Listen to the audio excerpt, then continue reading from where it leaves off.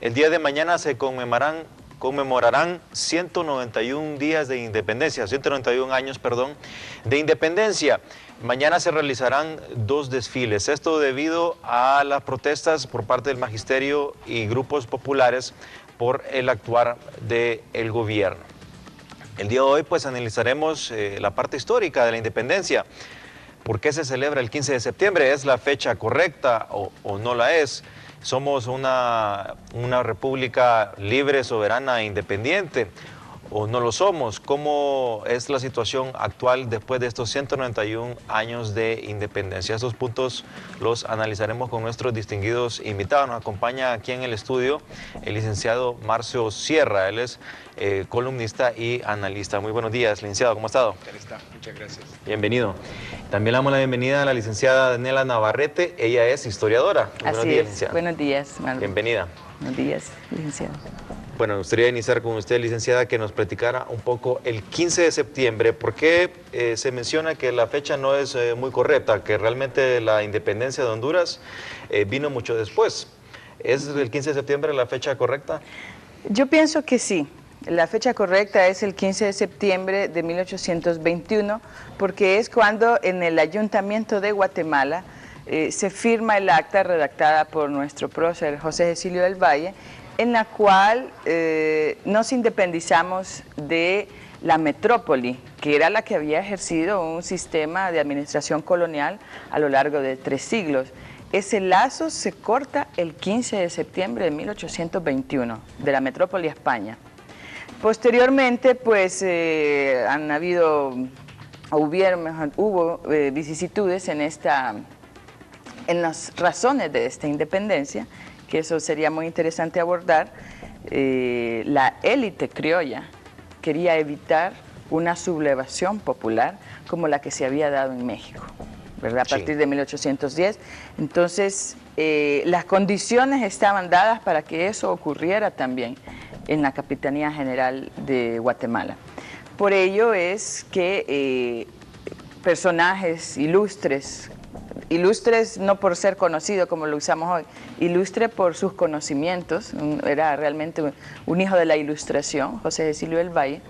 Ellos reflexionan sobre esa posibilidad que era bastante alta, de esa sublevación popular, y consideran que es mejor adelantarse, y por ello se suman a la independencia que Chiapas, antigua provincia de Soconusco, que también pertenecía a la Capitanía General de Centroamérica, se adelanta en tomar a finales de agosto de 1821. Sí. Entonces Chiapas se suma a México, antigua virreinato de la Nueva España, y Centroamérica, o sea, Guatemala y las demás provincias, al ver aquello, pues deciden cortar ellos también ese cordón umbilical con la metrópoli España. Y eso ocurre el 15 de septiembre de 1821. Bueno, vamos a consultar sobre esto, por eso se dice que es un accidente político. Fueron las condiciones, una coyuntura que se dio para que se lograra esta firma del acta de independencia, pero tenemos a Jacqueline Herrera en el aeropuerto directamente en vivo. Ella se encuentra, pues, para que nos platique un poco sobre mañana, cómo se va a desarrollar estos desfiles que no van a ser usuales, ya que se va a haber un doble desfile. Muy buenos días, Jackie. Y muy buenos días a todos. Principalmente tenemos aquí a Patricia Gómez, vicepresidenta del Colegio de Pedagogos de Honduras, y por 4º año consecutivo marcharán o desfilarán en un desfile diferente que no es el oficial al de la Secretaría de Educación. Muy buenos días, Pati. Muy buenos días, Marvin, y a sus acompañantes ahí en el estudio, a todo el público de este prestigioso programa.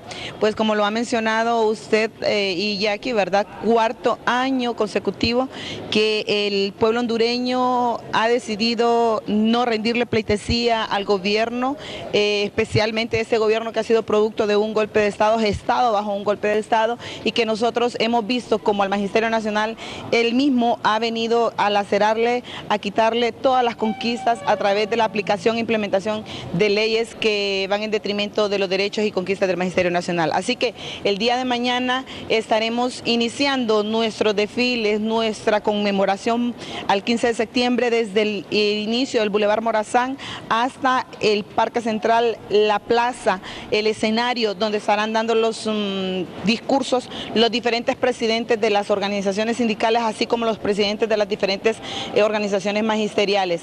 Les invitamos al pueblo hondureño a que asistan, a que participen, como lo harán los verdaderos padres de familia, lo harán con nosotros, los verdaderos estudiantes, el pueblo hondureño, todos los sectores populares, las bandas más prestigiosas de la ciudad capital, de los colegios más esperados estarán ahí, la Normal Mixta, el Aguilar Paz y el Instituto Central Vicente Cáceres estará desfilando con el Magisterio Nacional y pues todo el pueblo hondureño que decida participar con nosotros. Bien, Marvin, ¿usted ha escuchado a la presidenta del Colegio de Pedagogos de Honduras? Bueno, no, gracias. Estaremos entonces al tanto, Jackie. Agradecemos a la maestra Patricia Gómez sobre esta información. Pues está listo mañana y el Central va a desfilar con ellos. El desfile que van a realizar el Magisterio va a desarrollarse en el Boulevard Morazán. Inicia a final del Boulevard Morazán y se trasladará hasta el Parque Central. Solo que me confirme quizá con la profesora si esa es la ruta que se va a desarrollar mañana de estos desfiles. Sí, inicia desde el principio del Boulevard Morazán hasta llegar al Parque Central, donde tendremos la participación de todos los presidentes de las organizaciones que asistan a este desfile del 15 de septiembre. Quedan cordialmente invitados para que puedan ver realmente el fervor que hay en toda esta clase trabajadora del pueblo hondureño. Perfecto, muchas ¿El lema gracias, que ellos tienen? Tenemos un lema para este desfile, ¿verdad? Y es caminando hacia la liberación del pueblo hondureño. Muchas gracias. Bueno, se desarrollará entonces así mañana los desfiles.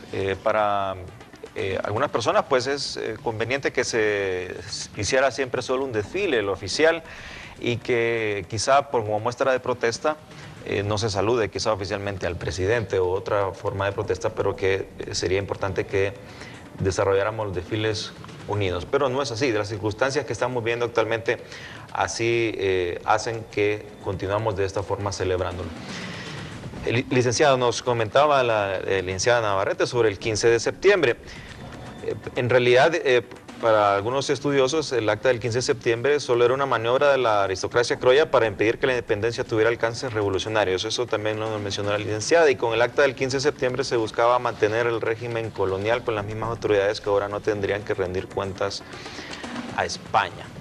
Es decir, que esta decisión sobre un asunto delegándolo a un congreso que se reuniría a marzo de 1822. ¿Nos puede pues comentar un poco sobre estas coyunturas que se dan en Honduras en este entonces para que se firmara la independencia? Los factores sociales y geopolíticos de la época permitieron que se diera esta situación. Qué interesante. Yo me congratulo por estar aquí con una colega historiadora. Los historiógrafos o los historiadores y los sociólogos, yo soy sociólogo, hacen una dupleta bien interesante. Sociología no puede existir sin los historiadores, porque los historiadores analizan la documentación primaria que permite al sociólogo hacer interpretaciones basadas en los descubrimientos o análisis que ellos hacen de información. Y nosotros como que somos más aportadores de conceptos teóricos o marcos de referencia teórica que ayudan a encuadrar o contextualizar analíticamente el descubrimiento que ellos hacen desde el punto de vista de la documentación primaria. Yo creo que lo que interesa acá, y me llama la atención también por eso estar con ella, es que nosotros interpretemos en su justa precisión lo que son los procesos y la composición social de esos procesos. Cuando nosotros hablamos de una independencia, la pregunta que nos viene a nosotros como sociólogos en primer lugar es ¿independencia de qué? ¿Verdad? Estaba constituido un poder y ya podríamos decir que para ese entonces se había configurado un Estado. Entonces, lo interesante de analizar desde entonces, de aquel momento para acá, es el propósito, el sentido que tiene el movimiento social que se forma en ese momento para luchar por lo que se denomina la independencia y tratar de interpretar por qué hablamos de una independencia. Para ese entonces, en España estaban ocurriendo cosas interesantes porque recordemos que se estaba volviendo a un estado absolutista. Claro. Y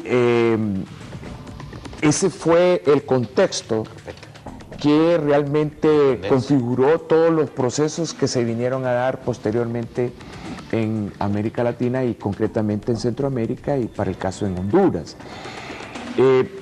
Yo siempre tengo algunas inquietudes sobre este proceso porque lamentablemente la investigación histórica no es tan profunda o prolífera en el caso de Honduras, ¿verdad? Yo realmente admiro a los historiadores que han hecho ese esfuerzo por tratar de encontrar algunas pistas para que los sociólogos podamos hacer interpretaciones, pero lo que sí creo yo es que con la independencia como que comienza la primera fase de constitución del Estado-Nación hondureño, lo cual tenemos que analizar desde el punto de vista de la política global o la política, yo diría, colonialista que existía en ese momento porque está sufriendo un proceso de conflicto, digamos así, en el que las autoridades monarquistas entran en conflicto con las primeras, diría yo, intenciones de organización de un poder en Honduras y de una clase social que tampoco podemos decir que es una clase burguesa o que es una clase feudal, ¿verdad? Entonces hay una gran discusión en eso, porque posteriormente a todos esos procesos que se dan ahí, lo que nosotros heredamos es un poder oligárquico, es un régimen oligárquico y ante el cual se explica los movimientos sociales que surgen, sobre todo vinculados más a los cafetaleros, que eran las facciones empresariales o productivas más importantes de Centroamérica. Sí. Entonces, en el caso de Honduras, la cosa está más difícil de interpretar porque nosotros, ¿qué tenemos en ese momento? Tenemos una clase terrateniente, ¿verdad? Fuerte. José Silvio el Valle, un ilustrado, pero era un terrateniente. Absolutamente. ¿Verdad? Los héroes o los patriotas de ese momento que luchan por la independencia, sí es cierto, son una clase criolla que trata de sentar posición respecto a una autoridad hegemónica, monárquica, absolutista, que intentaba imponer sus criterios y que también contribuyó a las deformaciones estructurales que nosotros actualmente estamos viviendo. Me permite usted conocer también la opinión de la licenciada sobre este tema, porque bien nos dice el licenciado, pues algunos se preguntan independencia de qué celebramos. Sabemos que después de esta independencia hubo la anexión a México. Y para muchos el cordón umbilical de alguna manera ha pasado de un lugar a otro. Algunas personas actualmente consideran que aún no somos independientes, en el sentido de que dependemos de financiamientos externos, Fondo Monetario Internacional, Banco Mundial, y para ellos eso no considera una independencia. Pero nos puede hablar un poco después lo que ha pasado después de la independencia, la anexión a México y sus valoraciones sobre todos estos hechos históricos. Bien, completamente de acuerdo con las apreciaciones del licenciado Sierra y efectivamente pues como una manera de conjurar, digamos, el peligro revolucionario, las clases o las élites criollas de la época, sobre todo las guatemaltecas, hay que decirlo, porque es muy importante reflexionar en el hecho que el Acta de Independencia se redacta y se firma en el Ayuntamiento de Guatemala. Incluso el Congreso que usted mencionó acertadamente, para marzo de 1822, era precisamente para tener el consenso de las demás provincias en lo que se estaba haciendo. Y pues ahí se dio por resultado, en la realización de ese Congreso en marzo de 1822, que efectivamente las provincias de Centroamérica no estaban listas, ni administrativamente ni financieramente, para asumir el reto de autogobernarse. Aunque sí habían clases oligárquicas, ¿no? Sobre todo terratenientes en lo que es nuestro país, y mineras, yo añadiría.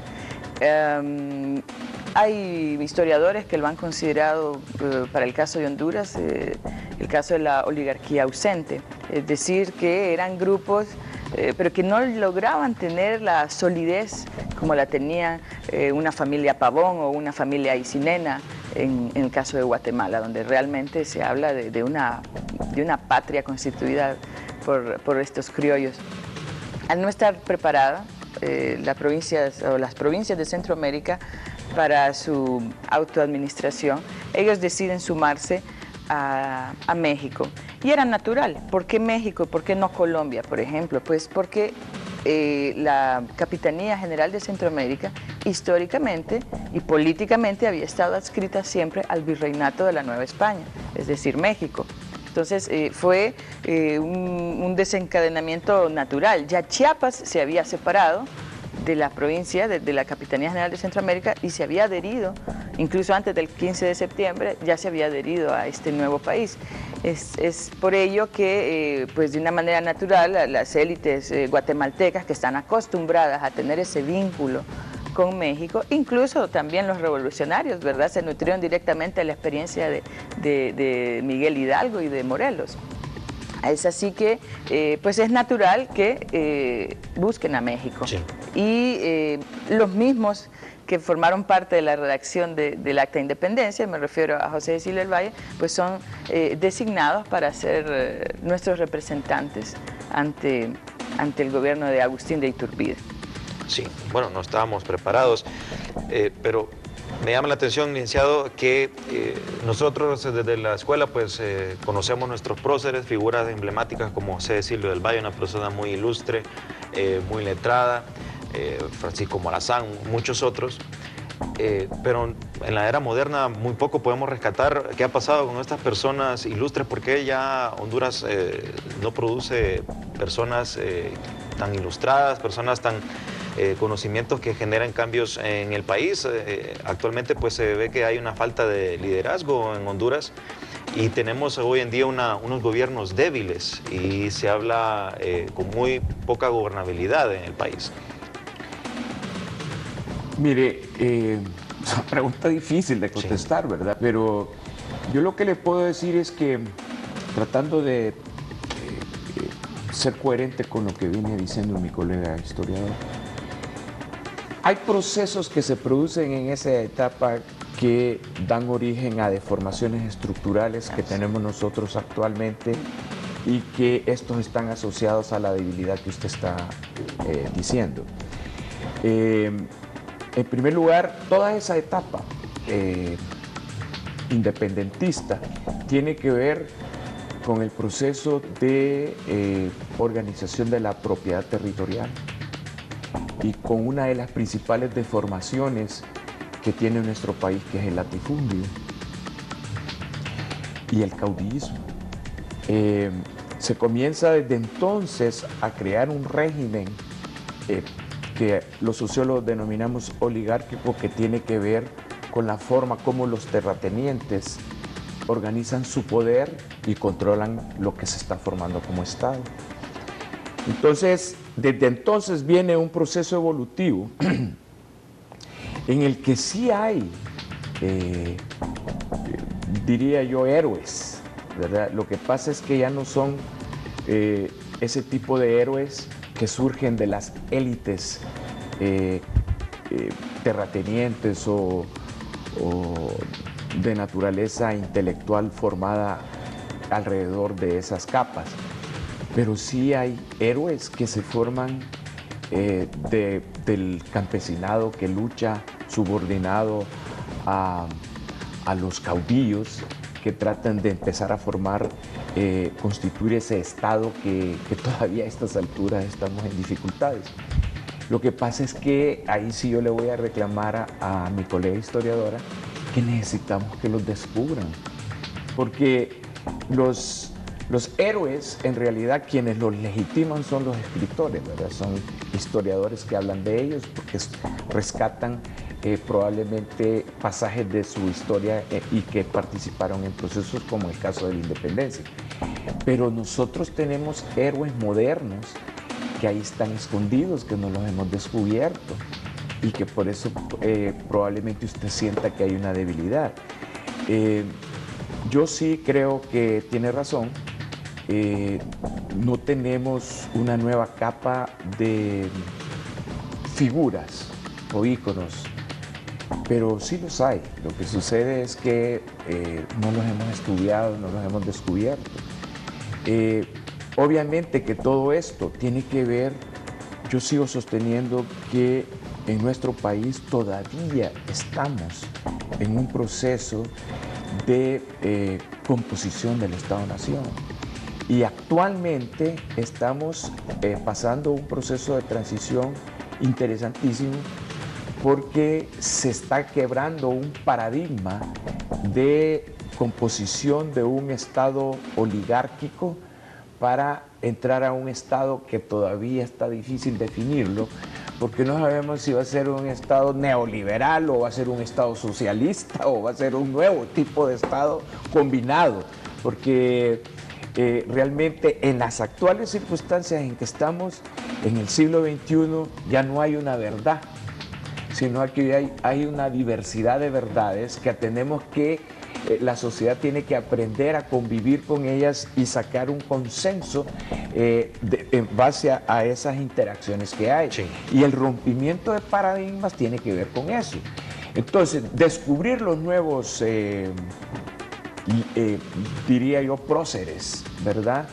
Es una tarea que tenemos pendiente, ¿verdad? Porque ya no son necesariamente próceres que vienen de esas élites que en tiempos de la independencia surgieron, porque obviamente José Cecilio del Valle, Francisco Morazán cumplieron un papel histórico que era necesario cumplir, porque estábamos en el proceso de constitución de nuestra primera experiencia como Estado-Nación. Pero ahora que tenemos ya constituido un Estado-Nación débil, ¿verdad?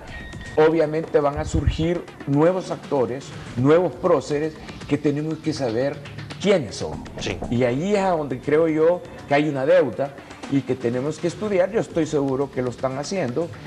Hay héroes que la sociedad no conoce, pero sí, ahí están, ¿verdad? Sí. Yo voy a agregar solamente algo que dice el licenciado Sierra. Bueno, eso tiene que ver en parte con las nuevas tendencias en los estudios históricos, ¿verdad?, que se introdujeron en el país ya desde la década de los años 60, cuando regresan los primeros historiadores académicos, le vamos a decir, que se formaron en historia, como Marco Carías, Ramón Oquelí, pues toda esta playa de grandes figuras que han hecho investigaciones muy importantes. Sin embargo, pues dentro de esas corrientes está la llamada anti-historia en bronce, por ejemplo. Es decir, es la corriente de la historia que precisamente busca no resaltar las figuras, sino los procesos. Exacto. Entonces, ahí hay una combinación de tres elementos y yo añadiría el más importante. Los encargados de fomentar y de crear la noción de nación, porque es una noción y es inventada, no se da en la naturaleza, es el Estado mismo. ¿Qué ocurrió a finales del siglo XIX y comienzos del siglo XX? Para responderle también su inquietud, ¿por qué hoy en día no tenemos esos valores fortalecidos? ¿Por qué no tenemos nuevas figuras que reverenciar o poner como ejemplo para nuestros niños y jóvenes? Bueno, eso viene también de este retroceso en las políticas estatales de acuñar identidad. Yo tuve la ocasión de estar en la fiesta de independencia de la Embajada de México, aquí en Tegucigalpa, y es impresionante la cantidad de simbolismos que se utilizan para conmemorar su independencia. Y no solamente son los simbolismos como el grito, ¿verdad?, de la independencia, donde se hace una recreación, no sé si es el término correcto, ¿verdad?, pero el embajador viene y cita los diálogos o los textos con que se dio el grito de independencia, se repite, se ondea la bandera y toda la comunidad mexicana grita, pero a viva voz, ¿no? Sus vivas México, viva Morelos, viva Hidalgo, etcétera, etcétera. Y yo conversaba con un mexicano, ¿esto dónde se cuaja? Y evidentemente la respuesta ya la sabía, en la escuela. Es en la escuela, actos cívicos todos los lunes, y no de 5 o 10 minutos, de media hora 45 minutos, donde se juramento a la bandera, himno de México, música tradicional mexicana, aquello todos los lunes, en todas las escuelas mexicanas. A los niños no les preguntan si quiere o no quiere desfilar. A los niños no les preguntan si quiere o no quiere participar. Se hace. Porque la escuela debe ser, y así son las escuelas en todos los países con sus naciones constituidas. La escuela forma ciudadanos. La escuela forma ciudadanos. Hoy en día tenemos una cantidad de tecnología que va a llegar el momento en que vamos a aprender a leer y escribir en casa con un iPad. Pero ¿dónde nos van a enseñar a ser hondureños? Nos enseñan a ser hondureños en las aulas. Y los historiadores podemos estar metidos en los archivos investigando y produciendo investigación. Pero ¿qué Ministerio de Educación se nos acerca y nos dice, enséñenme en qué está trabajando? Vamos a publicar sus avances para que sigamos consolidando y creando nación hondureña. Eso se dejó de hacer ya hace varias décadas. Y en la última década yo creo que se ha exacerbado todavía más, y por eso tenemos fenómenos como el que usted estaba anunciando al comienzo, desfiles paralelos. O sea, la educación es fundamental en este sentido, y podemos ver que la educación libera, la educación hace a los individuos capaces de discernir. Tenemos, refiriéndonos nuevamente al caso de México, que históricamente tiene que ser nuestro referente, puesto que fuimos parte de esta administración. Vemos casos de disidencia o de rebeldía política, ¿verdad? El más reciente, la derrota del PRD nuevamente en elecciones generales, y nuevamente está su líder, ¿verdad?, llamando a la contestación, que no acepta los resultados. Pues estará en su derecho, pero finalmente eso no socava quiénes son los mexicanos ni sus rituales de nación. Eso no está supeditado una cosa a la otra, ¿verdad? Ahí se muestran nuestras debilidades, ¿verdad? Nosotros sí, ¿verdad? Estamos enojados con el gobierno de Honduras, entonces quemamos la bandera del Estado de Honduras. Son dos cosas diferentes. Sí, bueno, tenemos aquí algunas imágenes de archivo de los desfiles, y sí comentaba eso, en el caso del desfile, me gustaría que todos hiciéramos un solo desfile. Si hay un conformismo con el actual del gobierno, se puede manifestar con símbolos, un pañuelo negro, o se evita el saludo que se le hace, la reverencia al presidente. Inclusive recordamos un desfile del gobierno de Manuel Zelaya, se le abuchó al presidente al entrar. Sí. Son cosas que el pueblo lo puede hacer de manera libre, estamos en una democracia, pero que toda la población tenga la oportunidad de ver a todos los jóvenes en un solo lugar. Sería muy bueno. Respetamos la decisión que toma el magisterio, ellos lo harán de forma paralela, pero es bonito demostrar el civismo. Ahora también el civismo no solo es ir a desfilar el 15, bien lo decía la licenciada, hay crisis de identidad en nuestro país, licenciado, hay crisis de patriotismo, hay temas ahora como ahorita el más reciente de la ciudad modelo, más allá de un tema legal o ilegal, es un tema de identidad nacional, es un tema de patriotismo. Que se ha ido perdiendo por muchas circunstancias. Se ha sacrificado la educación cívica con el pretexto de fortalecer el español y la matemática, y ninguna de los dos ha resultado, porque ni el español ni la matemática hemos mejorado, y al contrario hemos perdido la identidad nacional, el civismo y el patriotismo, y esto hace que esta coyuntura de falta de patriotismo, pues los políticos aprovechen para tener algunos tipos de proyectos. ¿Cómo valora usted esta crisis de identidad que estamos viviendo, a pesar de que ya tenemos 191 años de historia de independencia? Septiembre, ¿por qué se menciona que la fecha no es muy correcta, que realmente la independencia de Honduras vino mucho después? ¿Es el 15 de septiembre la fecha correcta? Yo pienso que sí. La fecha correcta es el 15 de septiembre de 1821, porque es cuando en el Ayuntamiento de Guatemala se firma el acta redactada por nuestro prócer José Cecilio del Valle, en la cual nos independizamos de la metrópoli, que era la que había ejercido un sistema de administración colonial a lo largo de 3 siglos. Ese lazo se corta el 15 de septiembre de 1821, de la metrópoli a España. Posteriormente, pues,